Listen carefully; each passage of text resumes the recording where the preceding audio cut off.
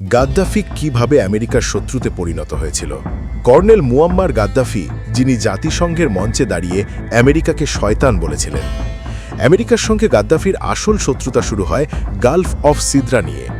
আন্তর্জাতিক আইন অনুযায়ী যে কোনো দেশের উপকূল থেকে সমুদ্রের ১৩ কিলোমিটার পর্যন্ত জায়গা সেই দেশ ক্লেইম করতে পারবে, কিন্তু লিবিয়ার তৎকালীন শাসক গাদ্দাফি ১৩ কিলোমিটারেরও বেশি জায়গা দখল করে লিবিয়ার বলে দাবি করে, আর একটা কাল্পনিক রেখা এঁকে দিয়ে নাম দেয় লাইন অফ ডেথ। আর সে জানিয়ে দেয় যদি কেউ এই লাইনটাকে ক্রস করার চেষ্টা করে লিবিয়ার মিলিটারি তাকে শ্যুট করে দেবে। কিন্তু আমেরিকা তার এই ক্লেমকে অস্বীকার করে আর গাদ্দাফিকে চ্যালেঞ্জ করে তাদের যুদ্ধ জাহাজ নিয়ে ভিতরে ঢুকে পড়ে। অন্যদিকে গাদ্দাফি দুটো বিমানকে পাঠিয়ে আমেরিকার যুদ্ধ জাহাজের ওপর হামলা চালায়। এর ফলে ইউএস ফায়ার ব্যাক করে আর দুটো লিবিয়ান বিমানকে ধ্বংস করে দেয়।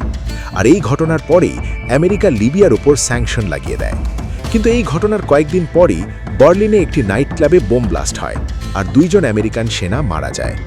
আমেরিকা দাবি করে এটা লিবিয়ার কাজ, আর এর বদলা নিতে আমেরিকা অপারেশন ওডিসি লঞ্চ করে, আর এই অপারেশনে প্রাণ হারান গাদ্দাফির মেয়ে। এই অ্যাটাকের জবাব দিতে গাদ্দাফি ১৯৮৮ সালে স্কটল্যান্ডে প্যান AM ফ্লাইট ১০৩ প্লেনে বোম্বিং করে। এই ইনসিডেন্টে প্রায় ২০৭ জন ব্যক্তি মারা গিয়েছিল।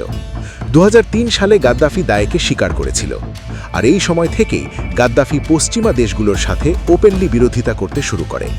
সে বলতো যারাই পশ্চিমা শক্তির বিরোধিতা করবে সে তার বন্ধু, যারাই পশ্চিমাদের বিরুদ্ধে লড়াই করত তাদের অর্থ, হাতিয়ার আর ট্রেনিং দিয়ে সাহায্য করত।